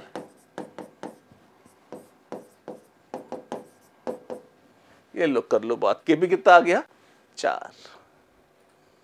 The end. Excuse me sir. हाँ बोलिए। सर एक्चुअली ये सवाल में एक ही छोटा सा डाउट आ रहा था। जब इसमें लिखा है कि क्विकली कूल्ड, तो मुझे ऐसे एक ऐसा थोड़ा सा डाउट किया रहा था कि वो गलती से फेज ट्रांसफॉर्मेशन तो नहीं अंडरगो किया पूरे? फेज नहीं, देखो अगर कर भी ले तो this is none of my botheration. साफ साफ बोला है कॉन्सेंट्रेशन चेंज नहीं हो रहे। अगर फेज चेंज होता तो कॉन्सेंट्रेशन होता है मोल बाय वॉल्यूम। वॉल्यूम तो पागलों की तरह कॉन्ट्रैक्ट कर जाता फेज चेंज होता तो, तब कॉन्सेंट्रेशंस को भी चेंज होना पड़ता।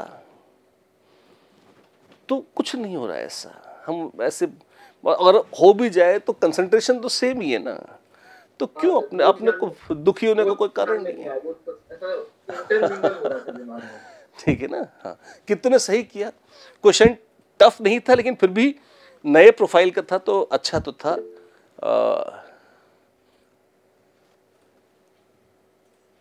सानुराग जी ने इसे सही किया, वेरी नाइस। सानुराग भी अच्छा नाम है। The blue one Neel ji और Vishwesh Laha, Akarshak Shivang, okay not bad. Yashwant, good to see that. चलिए क्वेश्चन नंबर 3 क्या है तमन्ना? 4, 5, 6, अरे वाह आप तो ऐसे न थे। 7, क्यों बोल दिया मैंने, नजर लगा दी है ना। चलिए देखिए 7 है ना। Advantage is taken, oh my God, of, अच्छा क्वेश्चन है भी है ना, of immiscibility of molten zinc and molten lead in Parkes process. अब यहां पर ड्रामा बहुत किया गया है और सारा इररिलेवेंट है ऐसा भी नहीं है, कुछ काम का भी हो सकता है। क्या है देखिए, पार्क में टहलते टहलते एक प्रोसेस बना गए जिसको उन्होंने कहा पार्क्स प्रोसेस। क्या है इसमें? इस प्रोसेस में आपके पास है मोल्टन जिंक और मोल्टन लेड। मोल्टन जिंक है और इसके नीचे मोल्टन लेड। अच्छी बात है। अरे क्या कोई है ये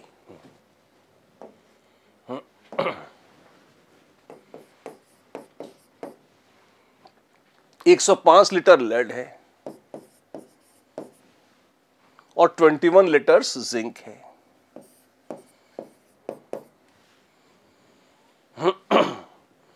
और मोल्टन लेड में सिल्वर डिसॉल्व्ड है। वाह, चांदी ही चांदी। Concentration of lead, silver in lead कितना है रे? 0.061 मोल्स पर लीटर। तुम्हें समझ में आ रहा है चल क्या रहा है? पहले बात, नॉर्मली पानी में घोल पर काम करते हैं, यहां पर थोड़ी बदतमीजी करनी थी तो आपको मेटल्स को गर्म करके पिघला दिया और उसमें दूसरे पदार्थ घोल लिए। जैसे पानी में नमक घोलते, इसी तरह से लेड को गर्म किया, बेचारी पिघल गई। 105 लीटर लिए और उसमें सिल्वर घुली हुई है, ऐसा बता रहे हैं।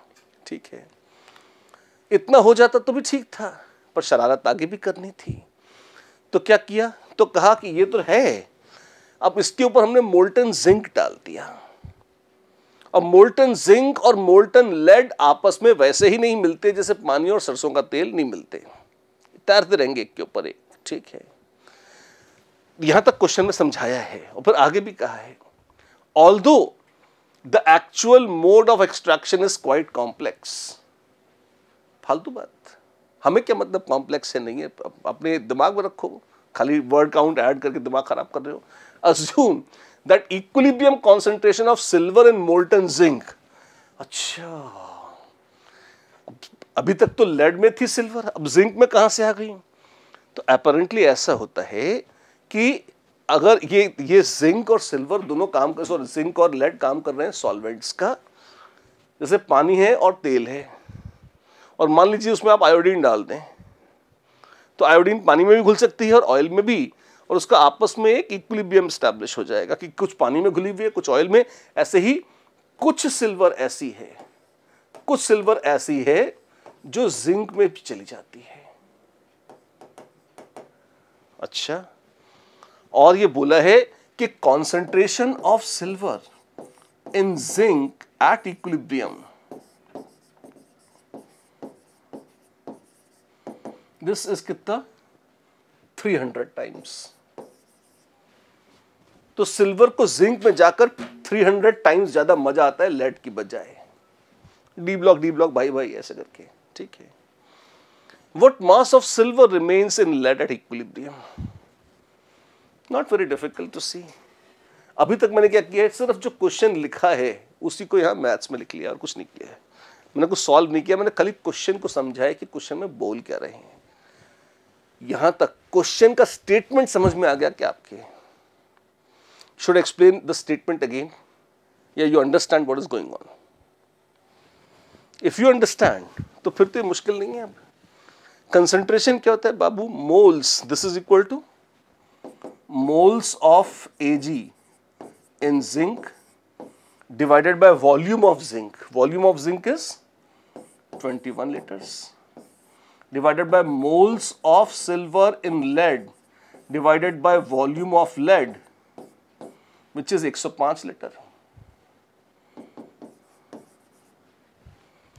21 5 जा 105, तो ये 5 टाइम्स हो जाएगा, तो आ जाएगा, इसी को सॉल्व कर लो, सस्ती अलजेब्रा।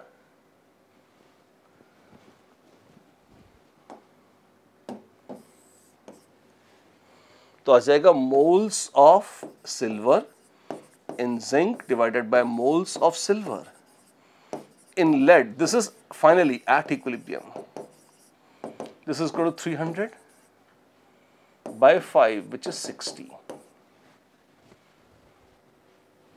ठीक है, कोई गलती नहीं करी हमने, चेक कर लो। अब इनिशियली कितना था? इतना कंसंट्रेशन था, तो देयरफॉर अगर मैं कहता हूं moles of Ag in lead initially is 0.061 मोल पर लीटर इंटू 105 लीटर। तो इतने मोल्स थे सिल्वर के, ये सुनो। और जब इक्विलिब्रियम आया तो उसमें कुछ मोल्स यहां चले गए जिंक में और कुछ मोल्स लेड में बच गए। मान लो x मोल्स चले गए जिंक में। अगर x मोल्स चले गए जिंक में तो इनिशियल -x मोल बच गए लेड में, तो 0.061 इंटू 105 -x मोल से बच गए, दिस इज 60।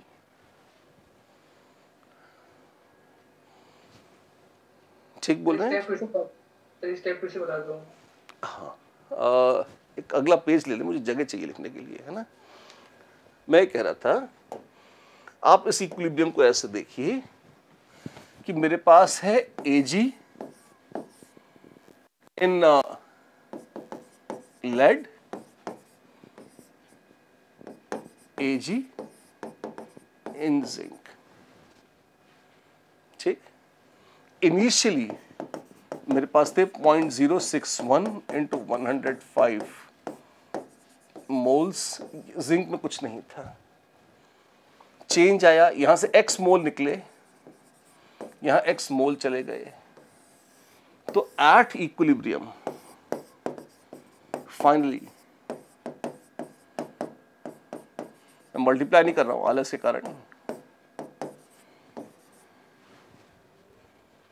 और मुझे इक्विलिब्रियम दे रखा है।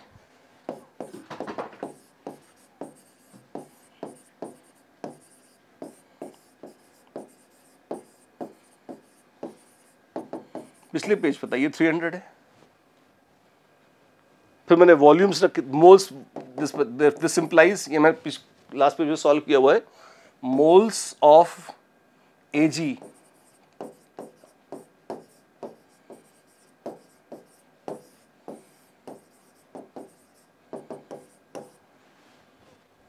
वॉल्यूम डाल दिए तो मोल का रेशियो आ गया, यहां तक ठीक है। और moles of Ag in zinc at equilibrium कितना है, x, और लेड में कितना है 0.061 इंटू 105 माइनस x। देख रहे हो how much is this, this is 60। Solve करता हूं, x upon 0.061 into 105, component in denominator, this is 60 upon 61. This upon numerator plus denominator, this one, this plus this, ऐसे क्या गया। Old 8 standard algebra, 1 2 3, इसको decimal हटा के ऐसे कर दो तो ये बढ़ जाएगा,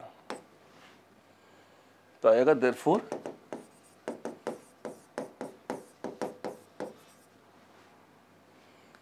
रक्षा कर प्रभु। और मुझसे क्या पूछा था, फाइंड लेड में कितना बचता है, मास पूछा है, कंसंट्रेशन नहीं, ठीक। तो क्या निकालूंगा मैं, ये कितना था, moles of Ag in lead is 0.061 into 105 minus x, which is 105 0.061 minus 0.060, ठीक तो किया मैंने। सर x में डेसिमल का मिस्टेक है, कुछ गड़बड़, 0.05।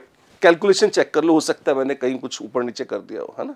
Please check the calculations, method should be clear. यहाँ मेरे को तो ठीक ही लग रहा है, कहीं कहीं मैंने कुछ मिस किया है तो बता दो। इसकी फाइनल वैल्यू में 1.05 होगा सर। अच्छा, आप कह रहे हो तो सही ही होगा, लेकिन अच्छा यहीं पे है 0.06, अब मेरे तो 0.0, x इक्वल 60 into point वहाँ पे 1.05। अच्छा ये 1 पॉइंट है क्या? Yes sir. ऐसा यशवंत बोल रहे हैं, तो यशवंत ठीक ही बोल रहे होंगे, आई बिलीव, है ना। I don't know to run in all this. तो ये कितना आ जाएगा फिर?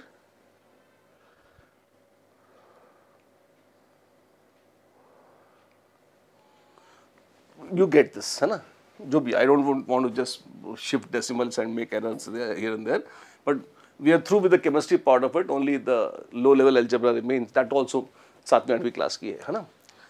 तो ये मोल्स आ गए, तो mass of Ag in lead will be, ये देख लेना क्या क्या आता है, this is called moles into 108, atomic mass of silver is 108, ऐसे करके मास आ जाएगा, got it? That's it. चलिए, anything else? So dears, this marks the conclusion of the advanced pattern test. अच्छी बात ये है, एक मजे की बात गौर करेंगे आप क्या, जैसे हाईएस्ट मार्क्स या परसेंटेज मेन से बहुत अलग नहीं है, मतलब ये ऑन एन एवरेज मैं बोल रहा हूँ, इंडिविजुअली हर स्टूडेंट के लिए देखोगे तो कुछ फर्क है। कुछ एक विद्यार्थी तो ऐसे भी हैं जिनके मेन में कम थे और एडवांस में ज़्यादा हैं। तो आपको बस अपनी स्ट्रेंथ्स को ध्यान में रख के कब खुश हो सकते हैं, पर जो वीकनेसेस हैं हम बस उनको दूर करना है। कल जो गलतियां करी थी, मुझे उम्मीद है आपने कुछ उस पर वर्क किया होगा। एटलीस्ट कैलकुलेशन, जैसे मैंने कहा था, अगर आप 5-10 क्वेश्चंस डेली भी करते हो कैलकुलेशन बेस, तो महीने भर में कैलकुलेशन स्मूथ होने लग जाएंगे। या अगर 4 दिन बैठ के लग के 100 सवाल कर लो तो 4 दिन में भी हो सकते हैं, डिपेंड्स कि आपके पास कितना टाइम है। और बाकी सिली मिस्टेक्स, कंसेप्चुअल एरर्स, एक एक करके जैसे चर्चा हो रही है, आप जहाँ जहाँ कंसेप्ट्स में गैप हैं वहाँ देख कर आइडेंटिफाई कर सकते हो। साइमल्टेनियस अगर आपको दुख देता है, मैं कोशिश करूँगा, अगर आपकी बहुत ही भीषण रुचि है जैसे श्रेयान कह रहे थे, अगर अभी भी आपकी तमन्ना है तो मैं छांट छूट कर आपको और क्वेश्चन दे दूंगा, मना नहीं करूँगा, है ना। वैसे अगर आप चाहें मेरी बुक भी रेफर कर सकते हैं, उसमें एक अलग से सेक्शन है किसका, साइमल्टेनियस इक्विलिब्रियम का, और एक पूरी एक्सरसाइज सॉल्ट एंड सॉल्ट दोनों उसमें दे रखी हैं। PDF आपके पास ग्रुप में पड़ी हुई है, केमिकल इक्विलिब्रियम में देख लीजिएगा, है ना। तो वहाँ पर भी क्वेश्चन ऑलरेडी रेडी स्टॉक में हैं, तो उसको रेफर कर सकते हैं। लेकिन अगेन मत भूलिएगा, हाईफाई आनंद हम लूटते रहेंगे पर बेसिक्स में गलती नहीं होनी चाहिए, क्योंकि चांसेस केमिकल इक्विलिब्रियम जैसे चैप्टर में बहुत हाई हैं कि जब मेन या एडवांस में क्वेश्चन आएगा तो लल्लू ही आएगा, और ऐसा ना हो कि फिर उसमें भी गलती हो जाए। तो इसलिए प्लीज मेक श्योर कि वो कंसेप्चुअल गैप ना रहे। जेई मेन के ही PYQs पर बेस्ड एक और टेस्ट है जिसको हम कल लेंगे, फिर कल देखते हैं, कल मिलते हैं। नहीं, कल मिलेंगे नहीं हम, वो तो होमवर्क असेसमेंट का टेस्ट है। फिर भी आपको अगर कुछ पूछना है तो व्हाट्सएप पर आप पूछने के लिए स्वतंत्र हैं। कुछ अगर लगेगा कुछ संदिग्ध है या ज़्यादा पीड़ादायक है तो हम उसे डिस्कस कर लेंगे आकर, ठीक है। कुछ अच्छा, एक छोटा सा फीडबैक, और कुछ फ़ायदा हो रहा है आपको ये सब करके, या ज़िंदगी जैसी चल रही थी वैसी ही चल रही है? नहीं सर, काफी बेटर है। हाँ सर, फायदा हो रहा है। वो रिवीजन बेसिस एक्चुअली ड्रॉपर्स भी अगर जो दे रहे हैं तो क्या वो साइमल्टेनियसली हो जा रहा है, उसका अलग सा टेंशन लेने की जरूरत नहीं है मुझे। ठीक है, चलो अच्छी बात है। God bless you. एक छोटा सा एक रिक्वेस्ट था सर। हाँ बोलो। टेस्ट संडे को भी ओपन हो सकता है क्या थोड़ा पहले, क्योंकि क्या संडे थोड़ा टाइम फ्री रहता है? कर सकते हैं, देखो टेस्ट तो बन जाते ही हैं, तो बना के रख भी लिए, कुछ दिन तो पहले ही बन जाते हैं, है ना। संडे को अपन ओपन कर सकते हैं क्या? तीनों टेस्ट चाहते ओपन हो जाएं? कोई सेंस है इसकी? एक या दो ही आप ओपन कर दो, मतलब तो नहीं होगा। ये जरूर कर सकते हैं कि टेस्ट को मैं 2 दिन पहले ओपन कर दूं, जो भी उनकी शेड्यूल डेट है। यस सर, वो थोड़ा तो जो मंडे को डिस्कस होना है वो मैं संडे जब शुरू होता है रात में 12 बजे तब ओपन कर दूंगा।